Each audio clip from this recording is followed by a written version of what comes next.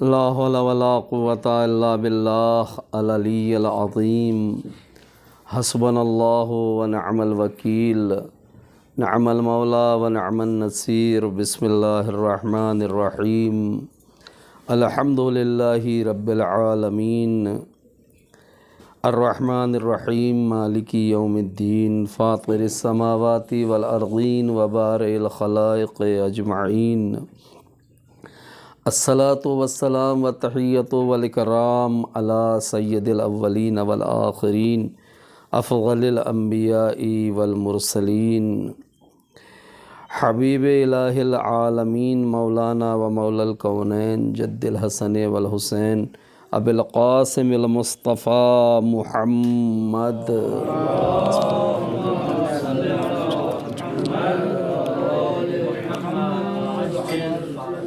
وعلی آلہ الطیبین الطاہرین المظلومین المعصومین الذین اذھب اللہ عنہم الرجس وطہرہم تطہیرا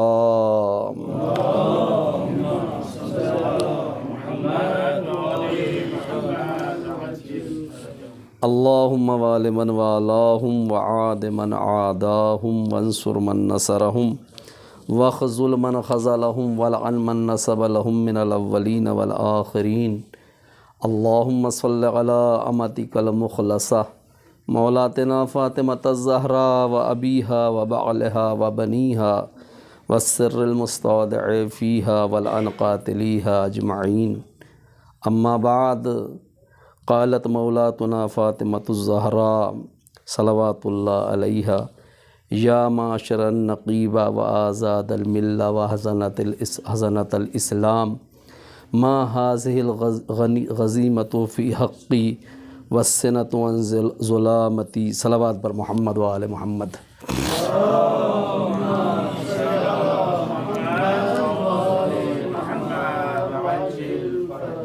حضرات گرامی، ایام فاطمیہ ہیں اور ان ایام کی مناسبت سے یہ آخری دن ہے۔ یہ ایام حقیقت میں بیداری کے ایام ہیں، توجہ کے ایام ہیں، غور و فکر کے ایام ہیں، عبرت اور ہدایت کے ایام ہیں۔ ہمیں ان ایام میں بہت غور و فکر سے کام لینا چاہیے کہ سرکار رسالت مآب صلی اللہ علیہ وآلہ وسلم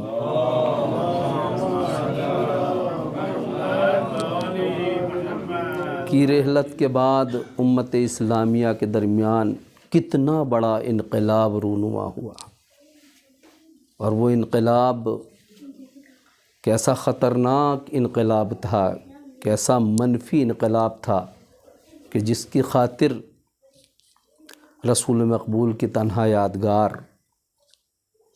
اور قرآن کی نظر میں جس ہستی کو کوثر کہا گیا تھا، وہ اتنی عظیم قربانی دینے پہ تیار ہو جاتی ہے۔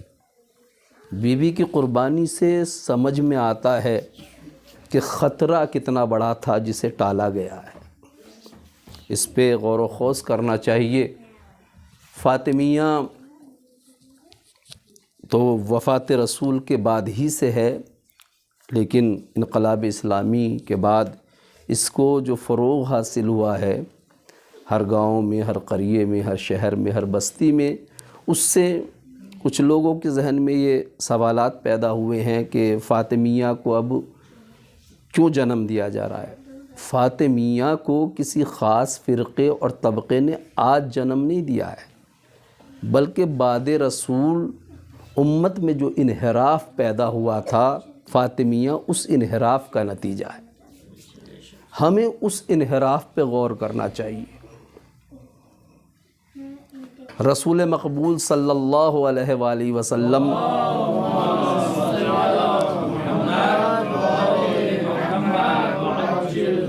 کی ذات مبارک نے جس مسئلے کو تمام احکام اسلامی کے درمیان، تمام قوانین شریعت کے درمیان سب سے زیادہ تاکید کے ساتھ، وضاحت کے ساتھ بیان فرمایا تھا، امت نے اسی میں اختلاف کیا ہے۔ جہاں سے باقاعدہ اسلام کی شروعات ہوتی ہے، وہیں سے اعلان خلافت، اعلان ولایت کا سلسلہ شروع ہوتا ہے۔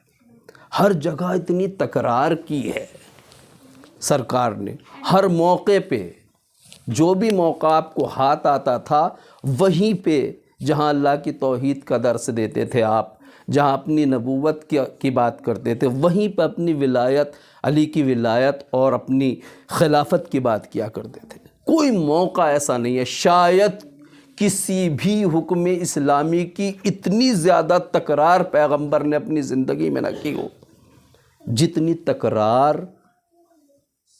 اعلان ولایت کی ہے۔ اور میں نے عرض کیا تھا گزشتہ مجلسوں میں بھی، لیکن ایک مفید بات کا بار بار تذکرہ غیر مفید نہیں ہوتا، آپ سب اہل نظر ہیں کہ غدیر فقط اعلان ولایت، اعلان خلافت کا نام نہیں ہے، بلکہ انتصاب خلافت کا نام ہے۔ غدیر میں فقط اعلان نہیں ہوا ہے، اعلان تو ذوالعشیرہ سے ہوتا رہا ہے، ہر جگہ پہ ہوا ہے۔ غدیر میں اعلان کے ساتھ ساتھ انتصاب خلافت ہوا ہے، اور باقاعدہ قانونی طور پر۔ ایسا ویسا حج نہیں تھا، سرکار نے غدیر کے لیے بہت اہتمام کیا تھا، تمام اسلامی علاقوں میں اس بات کی تبلیغ، اس بات کا اشتہار باقاعدہ دے دیا گیا تھا کہ پیغمبر اکرم کا یہ آخری حج ہے، لہٰذا تمام مسلمان اس حج میں شرکت کریں۔ دور دراز علاقوں سے اتنے لوگ پیغمبر کے آخری حج میں شرکت کرنے کے لیے آئے تاکہ پیغمبر کے ساتھ حج کی سعادت حاصل کر سکے، چونکہ اعلان تھا یہ حجۃ الوداع ہے، اس کے بعد پیغمبر کے ساتھ حج کرنے کا موقع نصیب نہیں ہوگا۔ ایک تو یہ اشتیاق، اہتمام بہت تھا، ورنہ بلا تبلیغات کی اتنا بڑا مجمع اس زمانے میں جمع ہو جانا کوئی آسان کام نہیں ہے۔ ہمارے ساتھ ابھی اصفہان کے سفر میں ایک یمن کے عالم دین تھے، تو وہ بتا رہے تھے کہ ابھی 10 20 25 سال پہلے ہمارے بزرگ کچھ حج پہ جایا کرتے تھے تو بہت سے ان میں سے گزر جاتے تھے، چونکہ وہ اپنی سواریوں سے جانے کی کوشش کرتے تھے افضل الاعمال احمزھا کے تحت، تو وہ اسی سفر میں صعوبتیں نہ برداشت کر کے گزر جایا کرتے تھے۔ اس زمانے میں سفر کرنا کوئی آسان کام نہیں تھا، دور ترین علاقوں سے بھی حج میں شرکت کرنے کے لیے آئے تھے، یمن سے بھی آئے تھے، عمان سے بھی آئے تھے، ادھر ادھر سے شامات سے بھی آئے تھے، پوری دنیا اسلام جمع ہو گئی تھی۔ آج 1.25 لاکھ کا مجمع آج بھی اہمیت کا حامل ہے، لیکن کل بہت زیادہ اہمیت کا حامل تھا۔ ان صعوبات سفر کو دیکھتے ہوئے پورے عالم اسلام کو اس حج کی طرف متوجہ کیا گیا تھا، چونکہ خاص مقصد تھا۔ اور اتنے بڑے مجمع میں جیسی تبلیغ ولایت ہوئی ہے، شاید اس سے پہلے تاریخ نے کسی حکم اسلامی کے لیے اتنے بڑے مجمع کو یکجا نہ دیکھا ہو، اور قانونی طور پہ سرکار نے سب کچھ کرایا ہے۔ حمد خدا بھی کی ہے آپ نے، توحید کا اعلان بھی کیا ہے، فلسفہ توحید بھی سمجھایا ہے، فلسفہ بعثت انبیاء بھی سمجھایا ہے، احکام الہی کی تشریح کی ہے، اور پھر اس ضرورت پہ آپ نے باقاعدہ تاکید کی ہے کہ یہ عظیم سلسلہ جسے اللہ نے اپنے لطف اور فضل سے قائم کیا ہے، جس کا آغاز آدم سے ہوا ہے اور مجھ تک یہ سلسلہ نبوت آیا، اس میں کتنی زحمتیں اٹھائی گئی ہیں۔ ہم ایک نبی کی زندگی کی زحمتیں اور اس کو قربانیوں کا اندازہ بھی نہیں لگا سکتے۔ ہم فقط سنتے ہیں کہ حضرت نوح نے 950 سال تک تبلیغ کی ہے، لیکن اس کے جزیات کو تحمل کرنے کی ہم میں طاقت نہیں ہے کہ کتنی روحانی تکلیفیں پہنچی ہیں، کتنی جسمانی تکلیفیں پہنچی ہیں، سماجی طور پر حضور کو کتنی زیادہ اہانت کا سامنا کرنا۔ رب انی دعوت لیلا و نہارا، اور قوم کی یہ حالت ہے۔ ہم انبیاء کی بے پناہ جافشانیوں کا اندازہ بھی نہیں لگا سکتے۔ شاید ہم 1 لاکھ 2 لاکھ آدمی بھی مل کے دین کی تبلیغ کریں تو اتنی زحمت ہم سب بھی نہیں کر سکتے جتنی ایک اکیلے نبی یا پیغمبر نے کی ہے۔ یہ اسلام ایسے ہی نہیں تھا۔ اب اس اسلام کو تکمیل کی سند ملنے والی تھی، تو کیا ہم یہ سوچتے ہیں یہ سند ویسے ہی مل رہی تھی؟ اتنی زحمتوں کے بعد، اتنی قربانیوں کے بعد، اگر پیغمبر اکرم نے بہت زیادہ محنت کر کے شریعت کے تمام احکام پہنچا بھی دیے تھے تو تب کیا سند یہ مل رہی تھی کہ اس لیے کہ تمام دین مکمل ہو گیا، قرآن پورا آ گیا، تمام احکام پہنچا دیے گئے، مسلمانوں کو تمام احکام بتا دیے گئے، تمام اصول اور قوانین اسلام کے پہنچ گئے، لہٰذا دین کو تکمیل کی سند دے دی جائے؟ نہیں، ایسا نہیں تھا۔ صرف اس بات پہ تکمیل دین کی سند نہیں ملی ہے، چونکہ پیغمبر کو تو دنیا سے جانا تھا لیکن اس دین کو دنیا میں رہنا تھا، لہٰذا اب دین کی حفاظت کا بھی انتظام ہونا چاہیے۔ اس سے پہلے تکمیل دین کا اعلان کیوں نہیں ہوا اور غدیر میں کیوں ہوا؟ اس لیے ہوا تمام احکام بھی پہنچ گئے، اصول بھی پہنچ گئے، اور قیامت تک اس دین کی بقا کا انتظام بھی ہو گیا۔ یہ تکمیل دین کی وجہ ہے۔ صرف غدیر میں مولا علی علیہ السلام کی خلافت اور ولایت کا اعلان نہیں ہوا، بلکہ پورے سلسلے کا اعلان ہوا ہے۔ میرے بعد علی ہیں، ہوں گے نہیں، علی ہیں۔ من کنت مولا فہذا علی مولا، جس کا میں مولا ہوں اس کے علی مولا ہیں۔ ہوں گے کی بات نہیں ہے، ہوں گے کی تو بات ہی نہیں ہے، ہیں۔ اور اسی ہیں پہ بیعت لی گئی ہے کہ تم میں سے ہر ایک کا فریضہ ہے کہ علی کو امیر المومنین کہہ کے سلام کرے، اور بیعت میرے ہاتھ پہ بھی کرے، علی کے ہاتھ پہ بھی بیعت کرے۔ آپ تاریخ غدیر کو پڑھیں، 2 خیمے نصب ہیں۔ ہر مسلمان پہلے پیغمبر کے ہاتھ پہ جا کے بیعت کرتا ہے، پھر مولا علی کے ہاتھ پہ بیعت کرتا ہے، یعنی ادھر من کنت مولا ہے، ادھر فہذا علی مولا ہے۔ صلوات پڑھ دیں محمد و آل محمد پر۔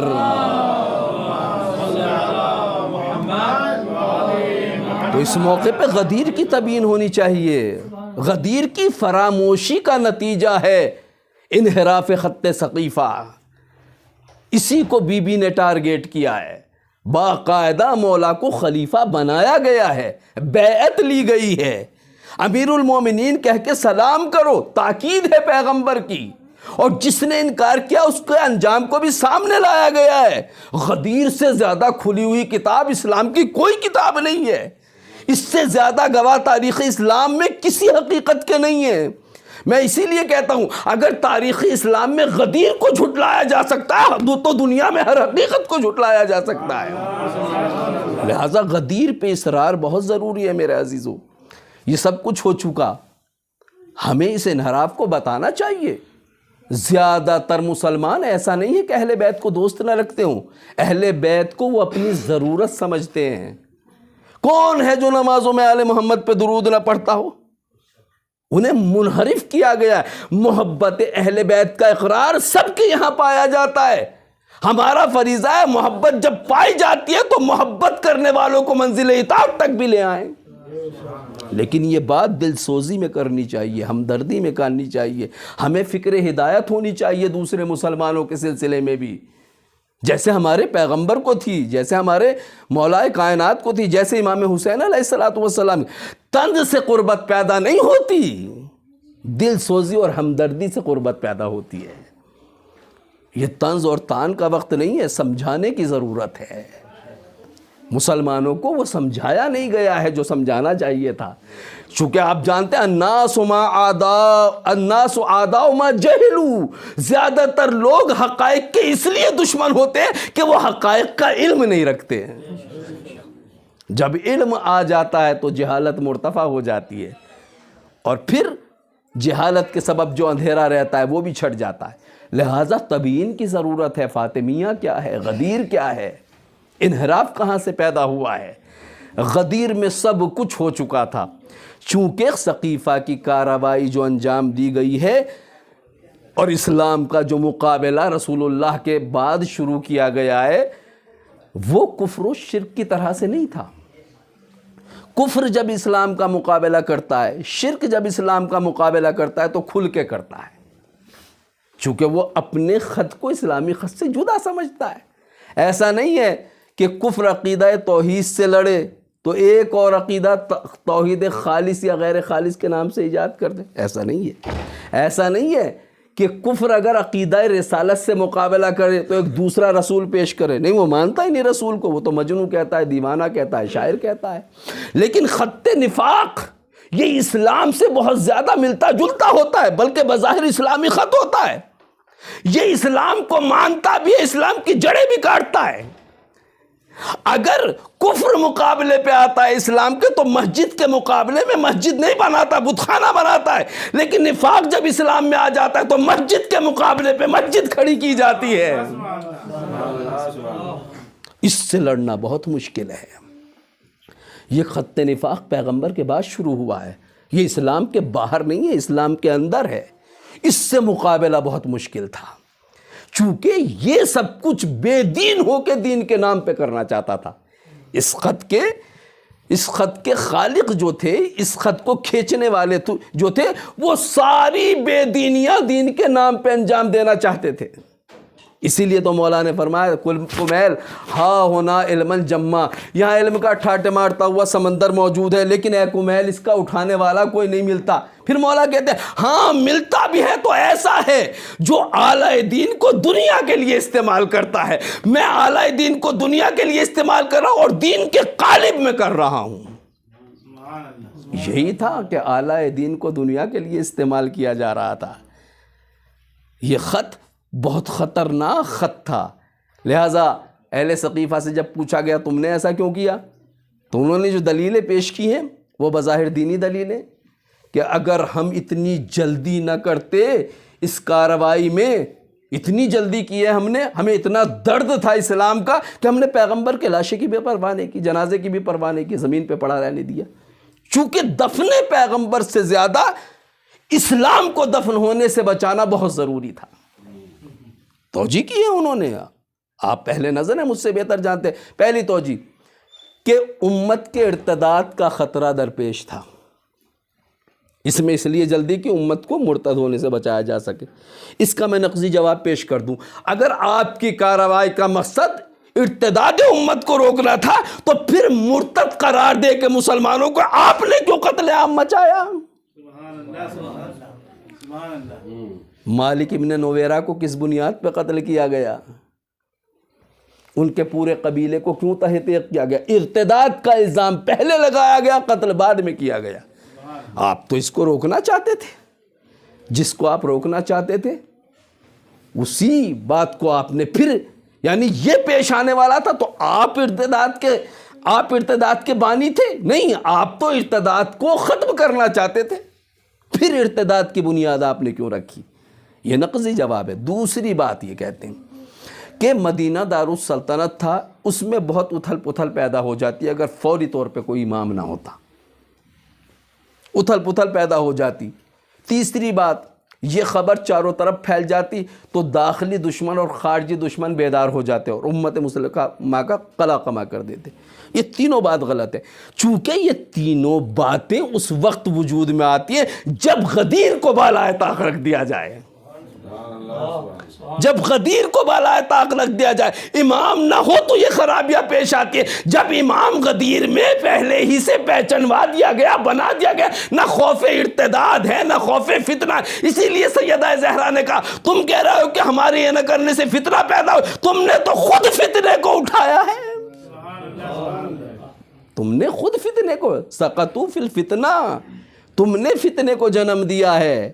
تم اگر یہ نہ کرتے تو کوئی فتنہ نہ ہوتا۔ غدیر کا احیاء بہت ضروری ہے اس موقع پہ، چونکہ فاطمیہ غدیر کو بالائے طاق رکھنے سے وجود میں آیا ہے۔ یہی وجہ ہے کہ بی بی سے جب بھی پوچھا گیا آپ رو رہی ہیں، جب گھر میں نہیں رونے دی گیا، رونے کا بھی ایک مقصد ہے، یعنی ہمیں سوچنا چاہیے جناب سیدہ کیوں روتی ہیں، رونے کا ایک مقصد ہے۔ وہ مدینہ جو اتنا بے حس ہو چکا ہو، اپنی غیر معقول مجبوریوں ہی کی وجہ سے کیوں نہ ہو، لیکن اتنا جو غافل اور بے خبر ہو چکا ہو، بے حس ہو چکا ہو کہ سیدہ کا دروازہ جل رہا ہے اور کوئی نہیں دیکھ رہا ہے، کوئی آنے پہ تیار نہیں ہے۔ ان لوگوں نے اپنی اپنی عورتوں کو باقاعدہ بی بی کے پاس کیسے بھیجا؟ یہ گریہ زہرا کا اثر ہے۔ گریے کو بیداری کے ساتھ ہونا چاہیے۔ اتنا گریہ کیا کہ وہ مجبور ہو گئے، آخر یعنی شرم آئی، غیرت آئی کہ اپنی عورتوں کو بھیجا جا کے بنت پیغمبر کو تسکین دو، پوچھو کیوں رو رہی ہیں۔ اور جب آپ نے آپ کا گریہ اہل مدینہ کو برداشت نہیں ہوا تو آپ نے شہدائے احد کی قبروں پہ جا کے گریہ کیا۔ تبلیغ میں مقام کا انتخاب بھی بہت اہم شے ہے۔ میدان احد کا رخ کیا آپ نے، جا کے وہاں جا کے گریہ کروں گی تاکہ امت کو بتایا جا سکے جس اسلام کو آج تم دفن کرنا چاہتے ہو، یہ شہداء کی قبریں اسی اسلام کے لیے تو بنی ہیں۔ یہ قربانیاں جو شہداء احد نے دی ہیں یہ اسی اسلام کی بقا کے لیے دی ہیں، تم کیوں بھولے جا رہے ہو؟ وہاں پہ آپ محو گریہ ہیں۔ ایک شخص ابن لبید ہے، وہ آ کے پوچھتا ہے، بی بی آپ اتنا گریہ کرتے ہیں کہ ہمارا دل پھٹ جاتا ہے۔ بی بی اتنا گریہ نہیں، بی بی یہ بتائیے آپ پیغمبر کے بعد علی کو خلافت نہیں ملی، اس وجہ سے گریہ کریں کہ آپ کے بابا نے کوئی نہ چھوڑی ہے علی کی خلافت کے سلسلے میں؟ آپ نے دیکھا ابن لبید کیا کہہ رہا ہے، کیا تو غدیر کو بھول گیا؟ یعنی اس کارروائی کا عالم وجود میں آنا غدیر کو بھول جانے کی وجہ سے ہے۔ بی بی غدیر کو یاد دلانا چاہتی ہیں۔ شہید غدیر ہیں فاطمہ، اگرچہ غدیر کے بعد شہید ہوئی ہیں، نظام غدیر کو واپس لانا چاہتی ہیں جو حقیقی نظام اسلام ہے۔ ایک دفعہ نہیں، آپ اتمام حجت کے لیے راتوں کو جاتی ہیں مولا علی علیہ السلام سے، آپ فرماتی ہیں ابوالحسن مہاجرین و انصار کے گھروں پہ مجھے لے چلو اتمام حجت کرنے کے لیے۔ رات کی تاریکی میں مولا لے جاتے ہیں، پورا قافلہ ہدایت ساتھ ہے، فاطمہ ہیں خیر و نساء العالمین، علی ہیں امیر المومنین، اور علی کے دو بیٹے ہیں سیدہ شباب اہل الجنہ۔ پورا اسلامی کارواں ہے جسے جگہ جگہ پیغمبر نے جن کو دکھایا ہے کہ ہادیان امت یہ ہیں، جن کو یہود و نصارہ بھی پہچانتے ہیں باقاعدہ کہ ان کی عظمت اور حیثیت کیا ہے، ان کو لے کے گئیں۔ اور جب ان کے دروازے کھٹکھٹائے، بعض نے تو دروازے کھولے ہی نہیں، اور بعض نے دروازے کھولے تو یہ کہا بنت پیغمبر اب تو جو ہونا تھا وہ ہو گیا، کاش علی اس معاملے میں پہلے میدان میں آ جاتے تو ہم انہی کی بیعت کرتے۔ تو بی بی نے پلٹ کے وہی کہا، کیا غدیر خم کے بعد بھی اس امر کی گنجائش ہے؟ میرے بابا نے غدیر میں کوئی عذر تمہارے لیے باقی نہیں چھوڑا۔ یہ حقائق فاطمیہ کے سہارے ہمیں پہنچانے کی ضرورت ہے، نہایت بصیرت کے ساتھ، نہایت ظرافت کے ساتھ، نہایت دلسوزی کے ساتھ، چونکہ ہماری نیت ہدایت امت ہونی چاہیے۔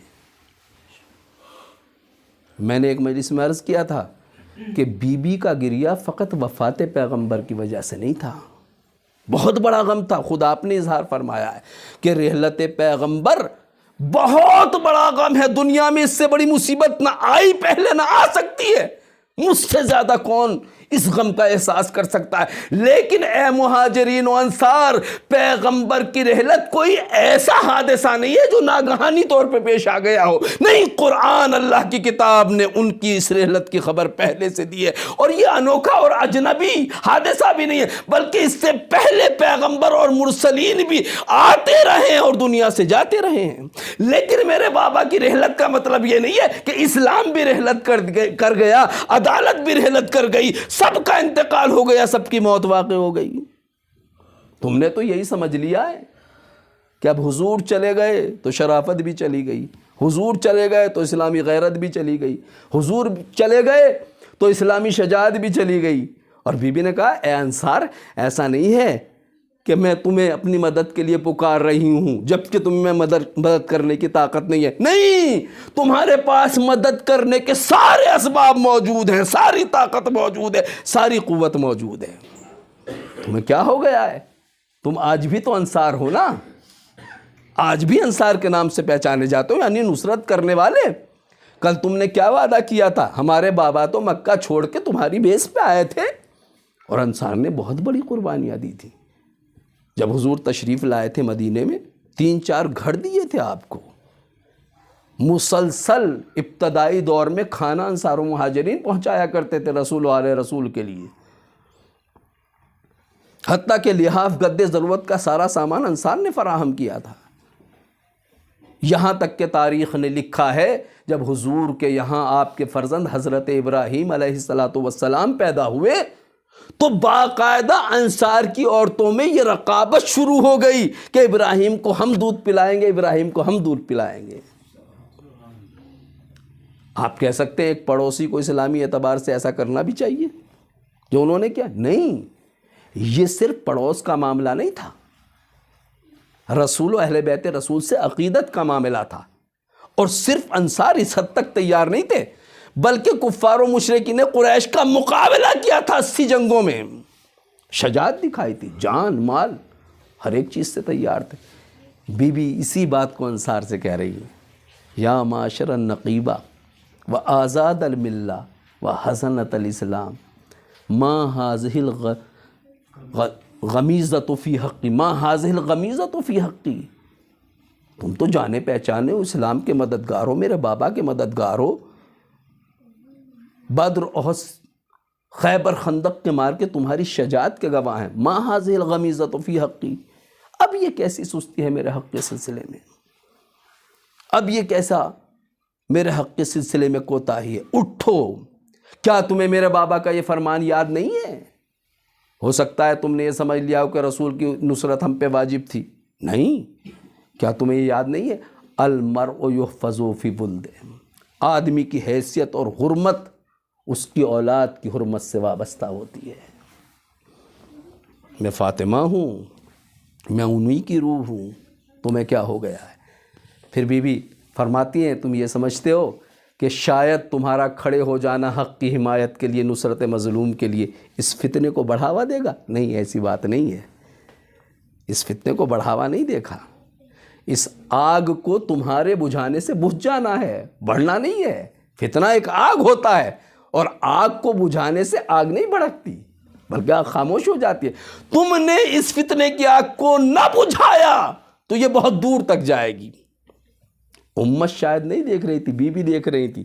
بی بی کو اس خط انحراف میں یزید کا چہرہ بھی نظر آ رہا تھا، حجاج کا چہرہ بھی نظر آ رہا تھا، متوکل کا چہرہ بھی نظر آ رہا تھا، صدام کا چہرہ بھی نظر آ رہا تھا، ابو بکر بغدادی کا چہرہ بھی نظر آ رہا تھا، سب کچھ نظر آ رہا تھا۔ اسی لیے آپ نے کہا تم یہ سمجھ رہے ہو کہ اس خلافت سے ہمیں تو کوئی پریشانی نہیں ہے، ہم امن و امان میں ہیں، ہمارے گھر سلامت ہیں، ہمارے بچے سلامت ہیں، ہماری صحابیت، ہمارا تقدس، ہمارا شہر سب سلامت ہے، آگ تو زہرا کے گھر میں لگی ہے۔ نہیں، ایسا نہ سوچنا۔ اس خلافت کی حاملہ اونٹنی کو ذرا وضع حمل کرنے دو، جو برتن تم نے دودھ سے بھرنے کے لیے آمادہ کیے ہیں انہیں زہر قاتل اور خون سے بھرا ہوا پاؤ گے۔ یہی وجہ ہے کہ انصار نے توجہ نہیں دی، تو جب حکومت بنی امیہ، حکومت بنی عباس میں انصار کو زیادہ قابل قدر عہدے بھی نہیں دیے جاتے تھے، باقاعدہ نظر انداز ہوا۔ جب بھی مدینے پہ آفت آئی سب سے زیادہ نقصان انصار کا ہوا ہے، سب سے زیادہ بے تقدسی انصار۔ چونکہ جب حادثات سے عبرت حاصل نہیں کی جاتی تو پھر حادثے ان کے مقدر میں لکھ دیے جاتے ہیں جو ان سے عبرت حاصل نہیں کرتے۔ حادثات سے عبرت حاصل نہ کرنا، حادثات کو خود اپنے گھر میں آنے کی دعوت دینا ہے، اور یہ بات ہمارے قریب سے گزرتی ہے۔ ہمیں حادثات سے عبرت حاصل کرنا چاہیے۔ بی بی نے شعور کو بیدار کیا اور مدینے والوں سے آپ کہنا چاہتی تھی دیکھو یہ خط منحرف جو اسلام کے مقابلے میں ہے تمہیں محسوس نہیں ہو رہا ہے، اس خط کے انحرافی ہونے میں، اس خط کے باطل ہونے میں، اس خط کے خط نفاق ہونے کے لیے یہی کافی ہے کہ جس میں اللہ کا حق سلامت نہ رہ سکے وہ خط کتنا منحرف ہوگا۔ یہ خط اللہ کے حق کو غصب کرنے سے شروع ہوا ہے، حق رسول کو پامال کرنے سے شروع ہوا ہے، یہ حق ولی کو پامال کرنے سے شروع ہوا ہے۔ جس خط کا آغاز میری جاگیر کے غصب سے ہو رہا ہو، جس خط کا آغاز اہل بیت نبوت کا گھر جلانے سے ہو رہا ہو، وہ خط جب ابتدا میں اتنا منحرف ہے تو وسط اور انجام میں کتنا منحرف ہوگا۔ اس خط کی ابتدا فاطمہ کا گھر جلانے سے ہو رہی ہے، اس خط کی ابتدا فاطمہ کا بازو توڑنے سے ہو رہی ہے، اس خط کی ابتدا محسن کی شہادت سے ہو رہی ہے، علی کے گلے میں رسی باندھنے سے ہو رہی ہے۔ تم یہ سمجھ رہے ہو کہ اہل بیت پہ مصیبت آ رہی ہے؟ جب اہل بیت کے ساتھ ان کا یہ برتاؤ ہے تو تمہارے ساتھ کیا برتاؤ ہوگا. یہی وجہ ہے. پھر بخشا نہیں گیا.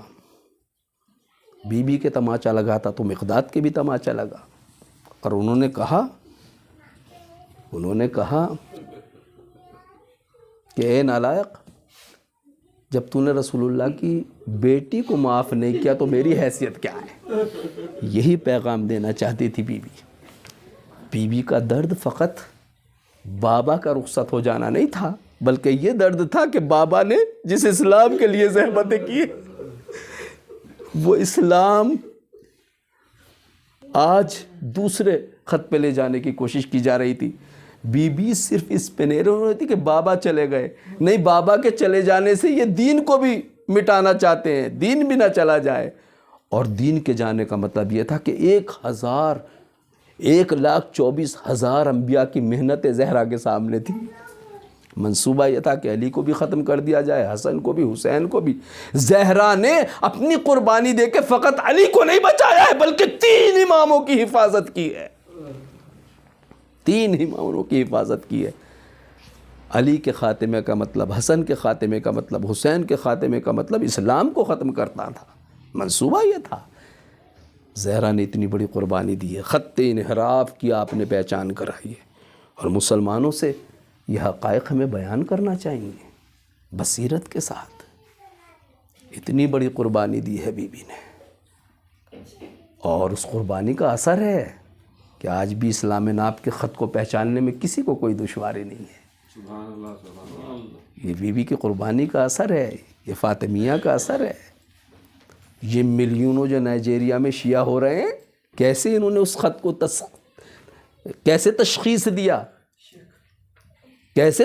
دیا ہے خط اسلام ناب کو. یہ زہرا کی قربانی کا اثر ہے. دیکھیے آپ پڑھ کے، لوگوں نے لکھا ہے ہم نے فاطمہ زہرا کی وجہ سے ہدایت پائی ہے. تیجانی السماوی ہوں یا کوئی دوسرے ہوں، سب سے پہلے جو متاثر ہوتا ہے شیعت سے وہ حضرت زہرا کی وجہ سے ہوتا ہے. لہذا فاطمیہ ہمارے لیے بہت سی ذمہ داریاں لے کے آتا ہے، بہت سی عبرتیں لے کے آتا ہے، بہت سے فرائض لے کے آتا ہے. ان فرائض کو ہمیں پوری احتیاط کے ساتھ، پوری بصیرت کے ساتھ، پورے تدبر کے ساتھ انجام دینا چاہیے. دنیا کو متوجہ کرنا چاہیے کہ فاطمیہ کے ذریعے سے ہم کیا چاہتے ہیں. فاطمیہ کے ذریعے سے ہم کیا چاہتے ہیں. بی بی ہر وقت جو روتی تھی اسی لیے روتی تھی کہ بابا کی محنتیں رائے گاں جا رہی ہیں، دین الہی برباد ہو رہا ہے. لہٰذا اس خط کو پہچنوانے کے لیے اس خط کو شہزادی نے اپنے خون سے رنگین کیا ہے، جو غدیری خط ہے، جو حقیقت میں الہی خط ہے. اسی خط کے لیے محسن کی شہادت دی ہے. اسی خط کے لیے بی بی نے اتنی بڑی اہانت برداشت کی. علی کو آنے سے روک دیا، ساری مصیبتیں اپنی جان پہ خرید لی. علی، ابو الحسن تم بیٹھ جاؤ، تم میرے امام ہو، وارث اسلام ہو، میں دروازے پہ جاؤں گی. شاید خیال کیا ہو، پہلی بات تو یہ رسول اللہ کی اکلوتی یادگار ہوں، امت جس کا کلمہ پڑھتی ہے اس کی بیٹی کا کچھ تو لحاظ کرے گی. دوسری بات شاید یہ کہ میں ایک خاتون ہوں، دنیا میں خواتین کو صنف نازک کہا جاتا ہے، میرا عورت ہونے کے حوالے سے کچھ تو احترام ہوگا، کچھ تو مجھ پر رحم کیا جائے گا. تیسرے شاید شہزادی نے یہ سوچا تھا کہ بی بی نے تمام مجمع اصحاب میں یہ بیان کیا تھا ان قریب میری بیٹی فاطمہ کی یہاں ایک بچے کی ولادت ہوگی جس کا نام میں نے محسن رکھ دیا ہے. یہ کچھ نہ صحیح، یہ تو سوچے گے کہ نبی کی بیٹی نازک حالت میں ہے، لیکن اس کا بھی لحاظ نہیں رکھا گیا. اس کا بھی لحاظ نہیں رکھا گیا. فاطمہ روتی ہوئی مسجد نبوی میں داخل ہوئی ہے اور روتی ہوئی مسجد سے خارج ہوئی ہے. ہائے ہائے، فاطمہ کے چھوٹے چھوٹے بچے، میں ایک روایت پڑھ رہا تھا، اسے ذکر کر دینا آپ کے لیے بہت زیادہ ضروری سمجھتا ہوں، وہ ہم سے متعلق ہے. فاطمہ کے بچے فاطمہ کی حالت کو دیکھ کے کتنا تڑپتے تھے. اسے نہ تحریر کیا جا سکتا ہے نہ بیان کیا جا سکتا ہے۔ چونکہ میں ایک روایت پڑھ رہا تھا کہ اللہ کی بارگاہ میں مناجات کرتے ہوئے بی بی کہتی ہیں پروردگار میرے بچے جو میرے موت کے بعد تڑپیں گے، تجھے میرے بچوں کے اس تڑپنے کا واسطہ اغفر لأوساط شیعتی، اے اللہ میرے بعد میرے بچوں کے تڑپنے اور بلکنے کا واسطہ میرے گناہگار شیعوں کی مغفرت فرما۔ فاطمہ کے بچے بہت بلکتے تھے، نوجوان ماں اور دیوار کا سہارا لے کے کھڑی ہوتی ہے۔ ان بچوں کے سامنے ان کے چھوٹے بھیا کو شہید کیا گیا ہے، ان بچوں نے محسن کا لاشا دیکھا ہے۔ لیکن ارباب مقاتل اور ہمارے علماء نے بیان کیا، میں نے خود آیت اللہ استاد اخلاق حائری شیرازی سے سنا ہے کہ بچوں میں جو سب سے زیادہ تڑپ تڑپ کے اور بلک بلک کے روتا تھا وہ بچہ امام حسن مجتبیٰ علیہ السلام تھے۔ بہت زیادہ بلک بلک کے روتے تھے، کبھی سکون نہیں ملتا تھا۔ ہائے ہائے میری ماں، ہائے میری ماں کی غربت، ہائے میری ماں کی مظلومیت۔ حسن کا گریہ جب بہت زیادہ بڑھا تو عبداللہ ابن عباس سے برداشت نہ ہوا۔ عبداللہ ابن عباس حسن کی خدمت میں جاتے ہیں اور کہتے ہیں حسن سب بچوں کی ماں ہے فاطمہ، سب رو رہے ہیں، اے حسن لیکن تمہیں اتنا نہیں رونا چاہیے، چونکہ تم اولاد فاطمہ میں سب سے بڑے ہو۔ حسین کو سنبھالو، زینب کو سنبھالو، ام کلثوم کو سنبھالو۔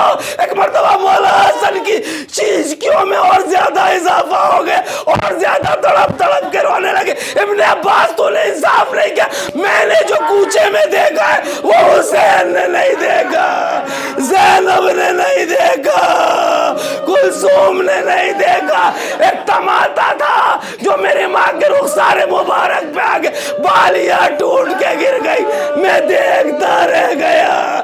یہی وجہ ہے کہ 40 سال کے بعد امام مجتبیٰ نے مغیرہ کو دیکھا تو دیکھتے کہ انت اللذیذ ربطہا حتی ادمیتا، اے ملعون تو وہی ہے جنہیں میری ماں کو مارا تھا، اتنا مارا کہ میری ماں کا وجود خون میں غرق ہو گیا۔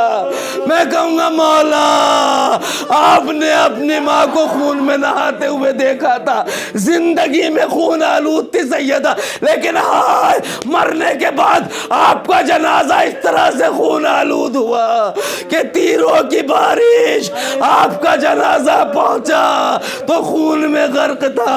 بہنوں نے سوال کیا یہ ہمارے بھیا کا جنازہ رنگین کیسے ہو گیا؟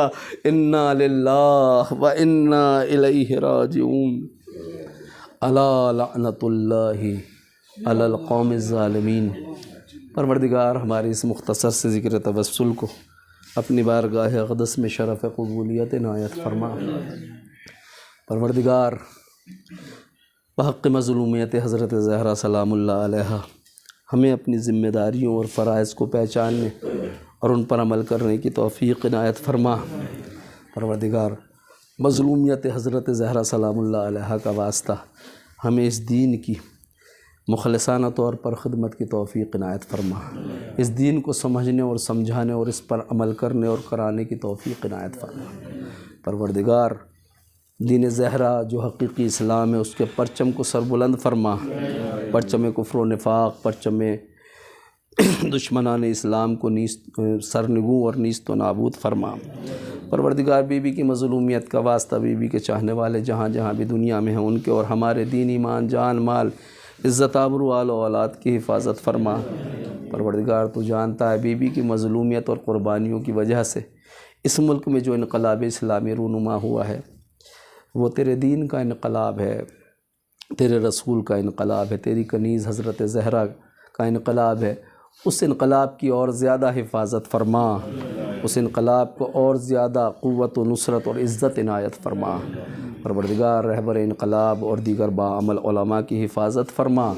پروردگار مظلومیت حضرت زہرا سلام اللہ علیہ کا واسطہ حضرت زہرا کی آخری یادگار اپنے ولی برحق ہمارے ولی نعمت مولا امام زمانہ علیہ السلام کے ظہور مبارک میں تعاجیل فرما، تعاجیل فرما، تعاجیل فرما۔ پروردگار ہم سب کی طرف سے ان مجالس فاطمیہ کو بالخصوص بانی مجلس کی طرف سے قبول فرما۔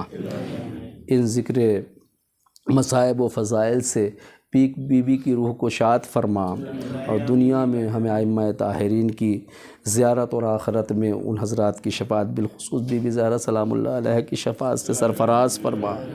پروردگار ہمارے ناقص اعمال کو قبول فرما، ان مجلسوں کو ہمارے لیے زاد آخرت قرار دے، ہمارے والدین ہمارے مرحومین کے لیے زاد آخرت قرار دے۔ بی بی کے صدقے میں ہم سب گناہ گاروں کی مغفرت فرما، ہمارے والدین کی مغفرت فرما، جملہ مومنین و مومنات مسلمین و مسلمات کی مغفرت فرما۔ ربنا تقبل منا انک انت السمیع